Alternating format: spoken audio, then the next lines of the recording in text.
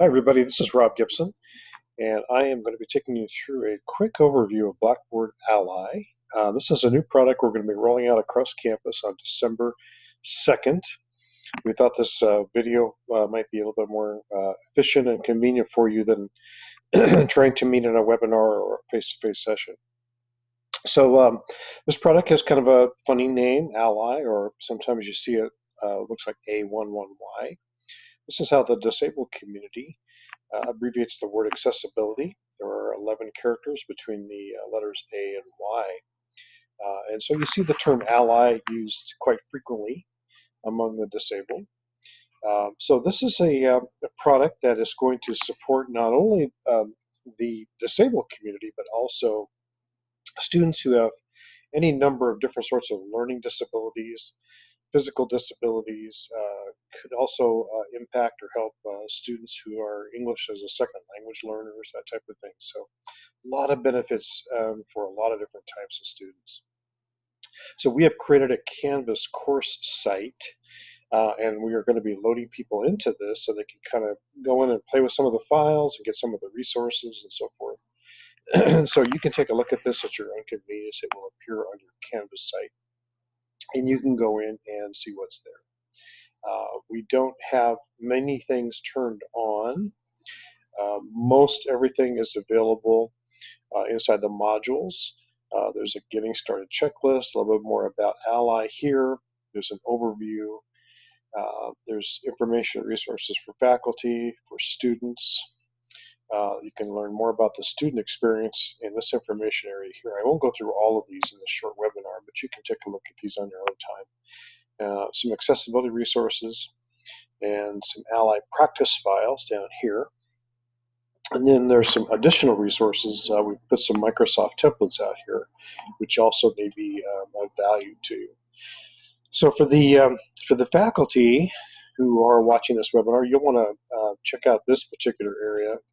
And we have a lot of different resources. These are typically one-pagers. These are not long. But there's a Ally course report feature, which I'll talk about momentarily. There's a quick start basics, instructor feedback, a little bit more about the alternative formats. Let me open up a couple of these so you can sort of see here what we're talking about. We'll let this go ahead and open up. So this is a view of what the faculty are going to be experiencing when Ally is enabled. So anytime a file is uploaded into the system, faculty are going to get one of four gauges, indicating everywhere from very inaccessible, that's red, all the way over to very accessible, which is perfect, and anything in between. And we'll talk more about these gauges in just a couple of minutes. In fact, we have some practice files you can take a look at and learn more about those. Students are going to see this alternative formats download option, and I'll show that in a live experience here in just a couple of minutes. You're going to see anywhere from typically 5 to 6, even up to 8 different options, depending upon the type of file that has been uploaded. And so I'll kind of break those down in more detail in just a couple of minutes. But anyway, all of these files are here. We're not going to go through those right now. But it is important to note that we do have Ally turned on in this particular course. So you can see that there are gauges over on the left-hand side. These all are green gauges. These are accessible, so these have already been checked. And they've already gone through an accessibility check and come back with the green gauge. If I were to click on one of these little gauges, it will bring up the document in the preview window, which is right there. And then over on the right-hand side, you'll see some more information about the document. And I'll break this down just a little bit more, but just to sort of give you an idea what's going on. This is, of course, is the gauge indicating the accessibility level. This tells you a little more about what the information, if it has errors, it will tell you more about what those information errors are and then how to correct those errors. You can zoom in and out, you can download the document, and so forth. And you'll see this in a little bit more detail later on. The student experience, if I go back just up one level, under the Ally for Students, you're going to see a little bit more about all of those options and those alternative download options. There's audio, electronic braille, EPUB, HTML, OCR, tag PDF, translated version, and then some additional options as well. I'll take you through that in more detail, but there's also a video that you can take a look at your leisure. If I scroll down just a bit, we're going to kind of hop into these practice files for just a moment, and you can take a look at these at your leisure as well. We have some Word files, PowerPoints, and some PDFs. You can see we have the same file in a variety of different formats. So this is a Word file. This one has a green, so this one is good, perfect in this particular case. So it meets accessibility. All of the tables, images, and so forth are all in great shape. If I take a look at one that's really bad, the red, you can see this was only at 27%. The errors are indicated. This document contains images that are missing a description, so you can see a little bit more information about what that means. You can learn more about how to make that correction in Word and also in LibreOffice. If you like, you can make those corrections, browse, find the file, re-upload it, put it back in. Now, only the most common and easiest to correct error is the one that appears right here. There may be additional errors. If there are additional errors, they will show up under the All Issues, and you can go through and you can fix those accordingly. Again, you can zoom, you can download, you can turn off the error overlay if you'd like, or you can paginate down through the error overlay. Again, this one, the problem with this one is that there are images, and the images are lacking alternative text descriptions, which are used by screen readers. The one that's so-so has some documents that have corrected images and some that do not. So this is a 37%. Still not good enough, so we'd want to go through and make those corrections. PowerPoint file, we'll start with the worst one first. This is only at 25%, and the reason being, there's a lot of errors. It's actually missing image descriptions. Also, the contrast is just absolutely horrific. There is no contrast on that slide. It's going to find and throw all sorts of errors. So there are a number of issues with this particular document. Okay. The so-so is better. 47%, we're getting a little bit better. What is missing are the titles or the headings. Contrast is better.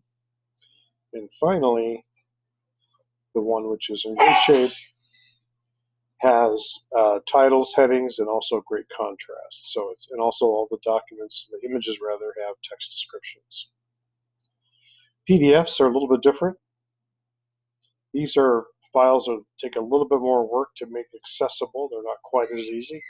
You can see that there are, this is a document which is in great shape because I can select and search for text.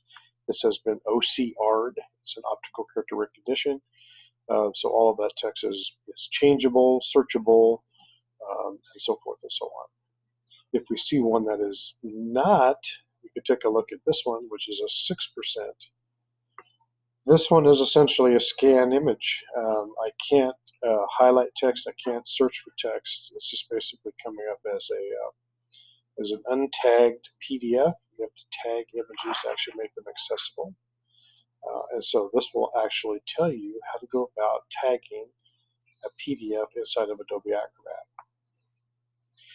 Let's take a look at one file that we have here that is basically a scanned image. Is something like you would pull off of a photocopy machine or something like that. It looks like text, but it's really not. It's not. You can't select it. You can't search it. You can't change it.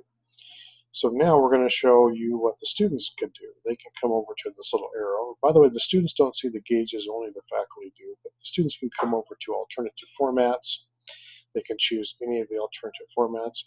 Because this is a PDF, they may want to make it into an OCR PDF. They can click on the OCR option. And just like that, In a matter of seconds, it has made it into an optical character recognition file. So it took about 2 seconds to completely scan that document and make it into an OCR.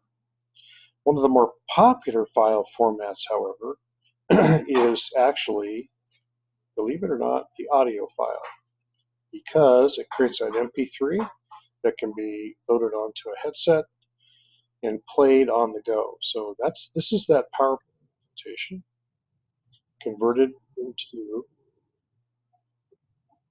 an MP3 file. And you may not be able to hear that, but it is actually reading the PowerPoint file back line by line, word by word, so that it can actually make an audio version of whatever the file format happens to be. So that's a little bit about this alternative format option. Let me just go back through here real quick and just tell you a little bit more about some of these options. So again, depending upon the type of file format that's been uploaded, you will see anywhere from 5 to 6 to 7 to 8 different options. So there's the OCR for a PDF file that's been uploaded. HTML is for browsers and mobile devices. EPUB, which is for iPads and ebooks and tablets. Electronic Braille is for electronic Braille readers. Audio for MP3 files or headsets, any type of phone or MP3 player. Beeline Reader is an option that we're piloting this semester, and I'll tell you more about that one in just a second. And the translated version actually will make a translated version, or will convert the document into any of these languages automatically on the fly. So this is great for international students or English as a second language learners that can actually take the document and convert it on the fly, which is really, really handy. Now, faculty will also see what's called an accessibility report. If I click on the sidebar on the left-hand side, the accessibility report will give me basically a complete overview of the entire course.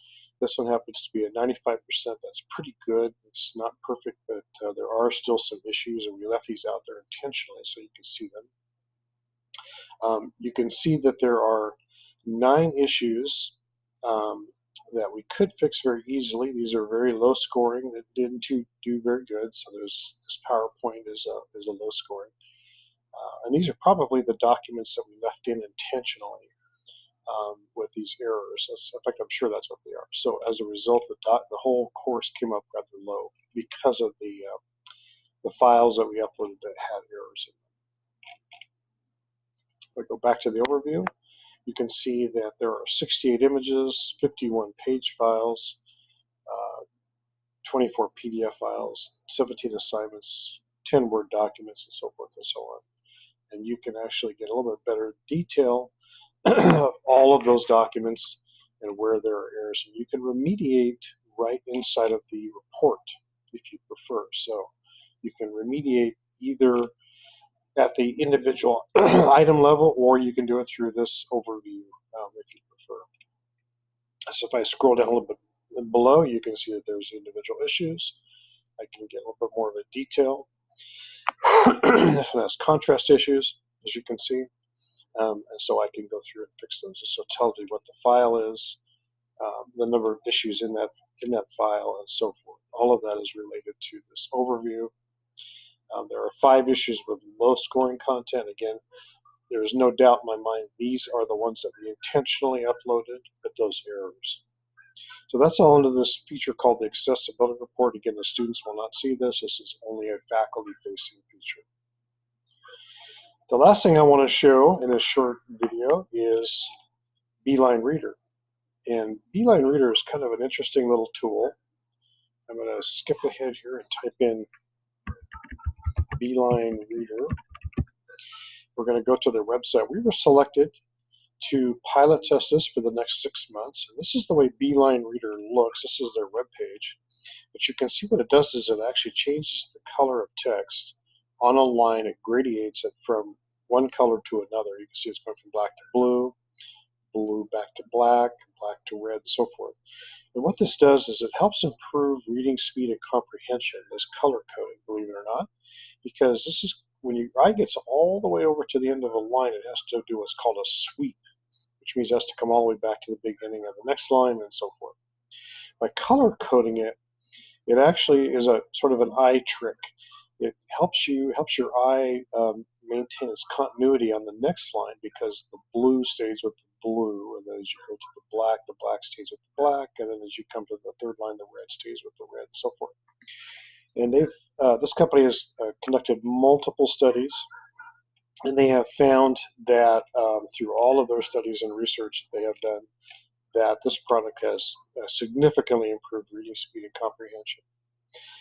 There are different colors you can choose. There's a bright, there's a dark, there's a blues, and there's a gray, or you can turn it off if you desire as well. There's a little take the challenge on their website. I encourage you to do this on your own time. You can take a little short reading test to see how well your reading speed and comprehension improved. There's a little test at the end of each one of the little reading challenges that they provide you, and then you can compare that with Beeline and without Beeline and see how well you do. So I would encourage you to do that. So back to our ally for just a moment. I'm going to go back to my practice files for just a second. And I'm probably not going to take the time to do it right now because it does take just a couple of minutes to generate, but one of the alternative formats is Beeline Reader. And if I were to select that, again, this might take a few minutes to generate. Yeah, looks like it's going to open right up in this particular case. There is that Word file with the Beeline Reader turned on. So just like that, I convert that into Beeline. So now you have that reading, those reading colors, those color coding rather, it's been applied or overlaid on top of the text. So that's an option as well if you want to try that out.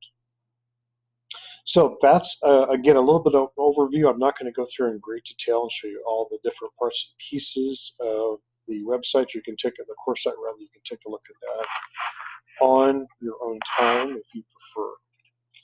All of the resources are here, handouts. Please take a look at those and avail yourself. Again, the accessibility report appears on the sidebar of every course. The little indicators will turn on automatically. They will be there. You can see one on the very home page of this particular course. There's a gauge. Anytime there's an image uploaded, you will see that. And by the way, images are things that you can actually perform a remediation directly in line. You can see it right there. So if I wanted to add the text description, I could do that right here and save that. So if there's any images that need alternative text description, you can actually correct those directly in line, which is pretty nice. So those little gauges appear just for the faculty, and then the students, of course, as I indicated, will see the alternative formats, the alternative format download option adjacent to any file format which has been uploaded. So that's it. That's a quick overview. If you have any questions, let us know. Again, we'll be turning this on live for all courses on December 2nd. Sometime during the day, and they will just appear. The gauges and the options will all appear for all of the students and all the faculty.